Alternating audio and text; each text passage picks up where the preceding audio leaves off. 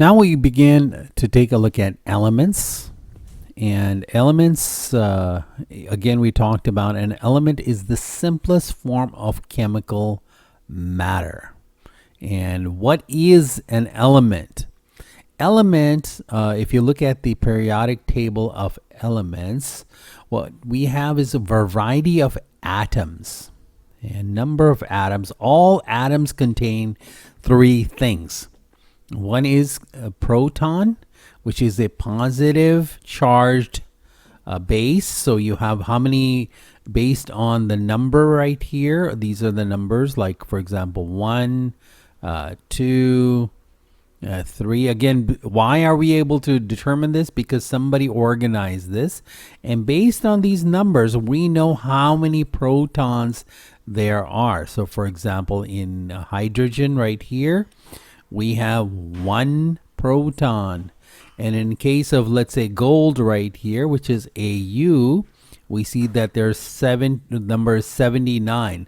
We will have 79 protons in here, so 79 positives, you might say, charge in here.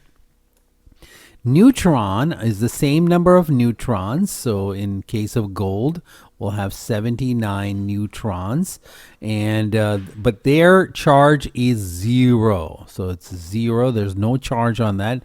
It's neutrally charged. And then around it, you will have about 79 electrons. And the reason we call that the reason why we say it's about 79, because electrons can vary. And electrons can vary depending on if they're being shared by another atom that is close by that is reacting. And so it's easy to lose these electrons as well to another molecule or another atom that's close by. And so, and that's how the reactions happen. But the basis of understanding right here is that there's atoms have the same characteristics. The three items it does have is protons, neutrons, and electrons. And how many do we have? Or yeah, electrons right here. And how many do we have is determined by this atomic number that is somebody has organized in the table of elements. And that's where the idea of elements come in. Elements are category for atoms, a variety of atoms. Let's take a look at carbon atom right here. And that is an example that the book provides for us. And if we go to the C, carbon right here, which is 6, we do see that I think there's 6 protons. Can we count them? 1, 2, 3, 4, 5, 6, 7. Maybe they misdrew it. Okay, we'll have 6 protons and 6 neutrons in here as well, and then we do have 6 electrons. So 1, 2, 3, 4, 5, and then 6. So 6 electrons, and that we call it like a happy family. I always, one of my chemistry teachers used to say, okay, P can be for parents, and N neutron can be for nannies. So they're kind of centrally located, and then these electrons are like little kids running around, and they have to be situated in this family unit, and that's called, the family unit is called the atom. And so it has to be situated in a way. And so often what happens is that these electrons can get lost, like we said. And we, at that point, that's where we're going to talk about when we start talking about oxidation processes and free radicals. That's when the electrons either have been lost in some capacity, and the family, or the either the atom or the molecule where the atom is joined in, becomes very restless. And so a lot of good concepts there, but the very fundamental concept of electrons is that electrons are shared between different types of elements. and or same type of elements. Again, we'll take a look at those things called molecules as well. And so so let's go back to taking a look at that, and we'll go delve a little deeper in this idea here. But just to kind of go back, we take a look at oxygen right here and hydrogen. And so if we're going to make water, we're going to take two of these hydrogens. So we'll take a H and we'll put an H right here. And then the oxygen, there's one oxygen. And we know that the chemical formula is H2O. So we have two hydrogens and they're bonded to an oxygen. And that's how this relationship is formed, and that's the approach that we take with the table of elements to take a look at how these things are bonded. Okay, then the book tells us there are about 90 naturally occurring elements, with each with its own distinctive physical and chemical properties. So while we do see a lot more, we see 103 in this case, in this table of periodic elements, but 90 are naturally occurring. So that's important to know that these are naturally occurring elements. And so the universe, all matter in the universe is made up of one or more of these 90 different elements. So what about the extra ones? Well, those were discovered in labs, or somehow formed, composed. And so some of this actually that we see, the titles given to them, HOER, are generally sometimes the name of the person who worked on those and decided to give their initials to that. But 90 of these elements are naturally occurring in the universe that we have seen. So everything in the universe is made up of these elements. Each element is identified by a letter. We already talked about that, such as O for oxygen, C for carbon, H for hydrogen, N for nitrogen, and S for sulfur. And then what about copper? What Cu for copper? So you'll have Cu for copper, Ag for silver, and Au for gold. And why is that? Somebody who worked on it probably assigned their own initials to it, or they somehow derived certain names as they saw fit. Our atoms will come together and create what? Molecules. So this is a molecule is formed by joining two or more atoms chemically. And we did talk about this. Water is made up from hydrogen atoms and oxygen atoms. Carbon dioxide, di meaning two, oxides mean O's. So we have two oxygens and the carbon in the middle, and that is bonded, double bonding that happens because they're really intimate or tightly knit. And is so in this case you have carbon, and two oxygens is made from carbon atoms and oxygen atoms, and this is called carbon dioxide. And then we understand that there are two types of molecules. There's the elemental molecule and a compound molecule. What's the difference? Elemental molecules are made from the same element. So if we take two of the same elements, that is oxygen bonded to an oxygen, we get a elemental molecule that is O2. And in the ozone layer, there's enough energy being generated or injected into the environment where three oxygens can come together, and that's the O3, the ozone, that tint that we see. So elemental molecules are the same element, and compound molecules is different elements. And we see that sodium in one side, chloride on the other. In the water, we see oxygen and two hydrogens, and so these are compound molecules. In carbon dioxide, we see carbon, oxygen, and these are different, so that's called the compound molecule. Then in hydrogen peroxide, we have two oxygens bonded to two distinct hydrogens, and that's called hydrogen peroxide, and that's the formula there for that. Then we talked about states of matter. Very simply, we have solid, liquid, and gas. All matter exists in one of these three physical forms. And so what is the difference in these physical forms? It depends on what? The temperature. So we see that water is a great example of this.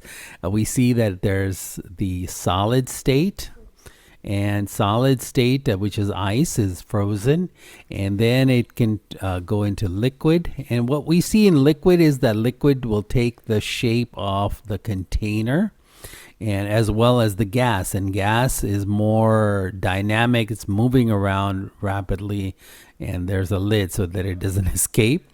But important, significant thing about that is that solid has this definite shape and definite volume. We see that there's definitely a shape given, and then there's a certain volume in this. As how much area does it occupy, how much area, 3D area that it occupies, that's what volume means. And so it'll take that, it's defined by a solid.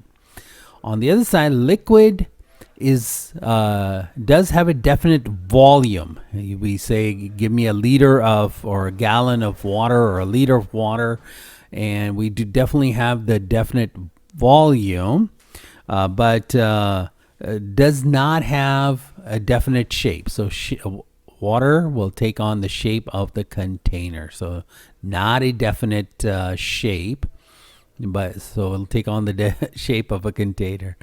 All right, and then the gas. Gas does not have a definite shape or definite volume. So no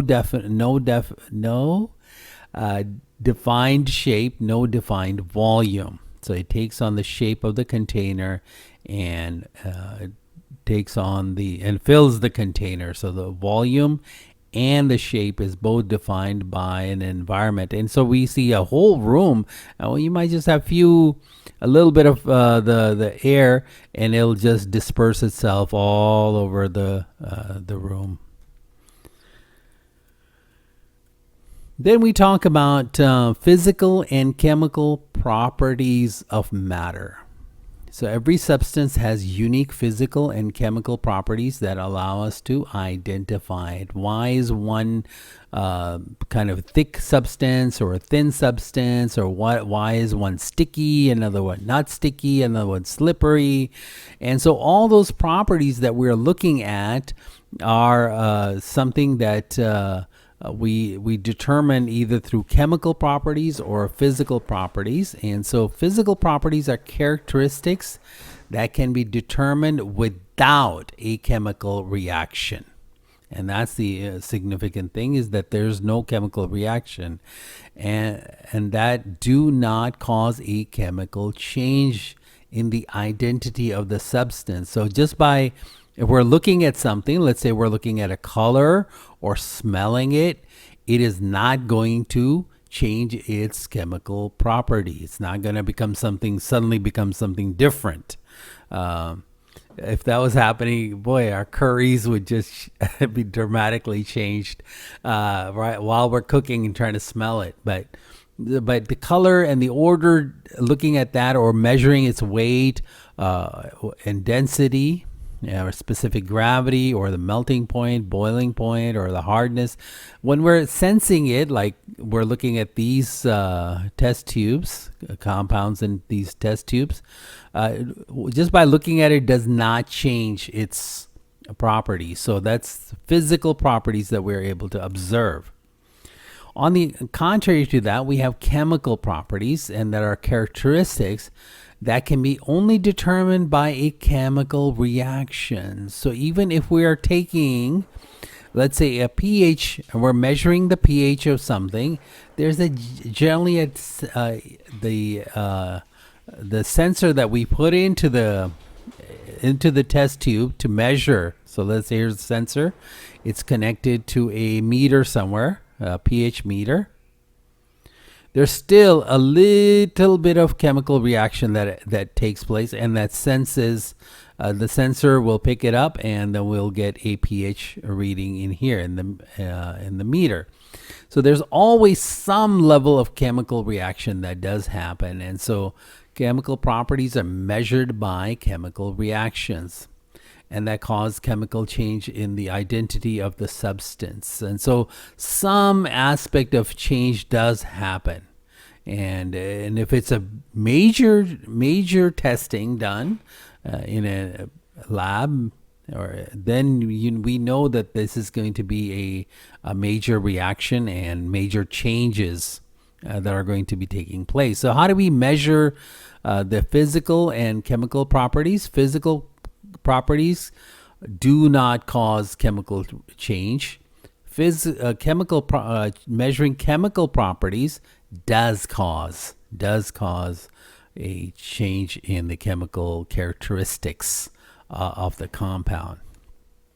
It may be very little, but it does do that. Then we have examples of chemical properties or characteristics that can be determined only with a chemical reaction.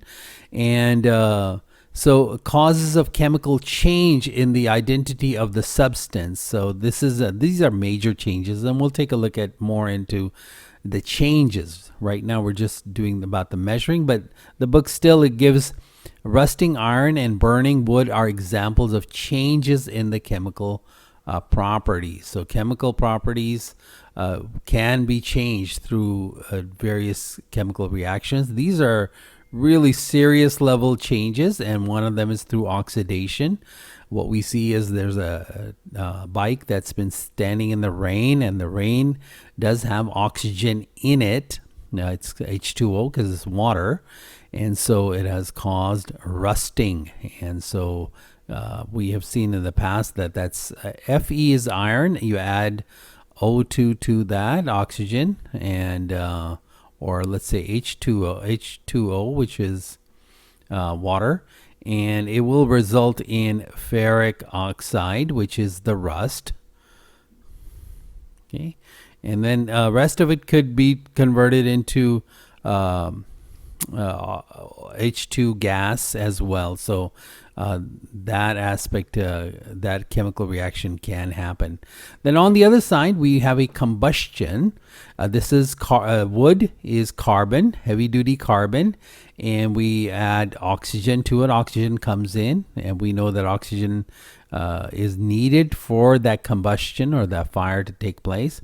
And so the result is carbon dioxide is produced from this, and that's why having wood stoves within the house, just be aware that it does generate carbon dioxide as well in the house. So it's not always healthy to have wood burning and being close to it, or being in a closed quarters. And so combustion is a reaction, and that's something that we're going to take a look as well further into when we get into the chapter further.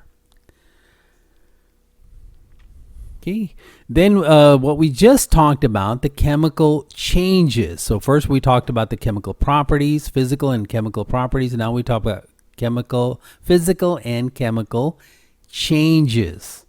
And matter can be changed in two ways, physically and chemically.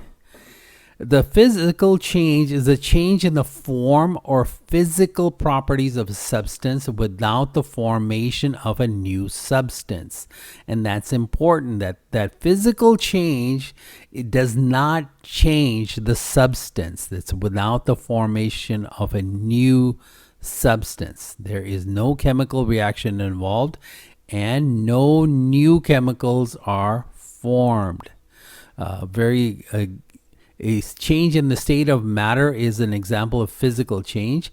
So solid ice undergoes a physical change as when it melts into liquid water. And the picture that the book gives, we have the heating of the ice, and what does it become? It goes into the water liquid, and then when you take the liquid and you heat that further up, and then what do you get? You get steam. But throughout the whole process, remains water. Water doesn't become suddenly turn into alcohol or some other substance. And then also in the same way, we have the steam will can be, if it's cooled down, can turn back into water, and the water, if it's cooled even further, will turn back into ice. So that's physical change. Chemical change, something we talked about: oxidation, we talked about combustion. Here we have an acid and we have an alkali, and they're mixed together. They create a new substance. So substance does change. Right here, the metal is turning into what we call an oxidized form, or is no longer just Fe, but it's metal, but it becomes what? It changes to FeO2, which is the oxidized version. And what we see sometimes silver turns dark, and that's oxidized silver, and so it requires polishing in order to restore it. Combustion, on the other side, we also get carbonated wood, or wood, and we know that it burns. We introduce oxygen into that, and through that combustion, what's remaining? New products form. First of all, we get carbon dioxide going into the air, and then rest of it becomes it's a ash, and so ash is formed, and that is a that's a chemical I'm trying to remember, and I'll have to come back with you on that one. The ash has its composition, and so we have two new products that come out of combustion. One is carbon dioxide, and the other one is ash as well. So that's the concept of physical and chemical changes. There are two of them: physical change and chemical change.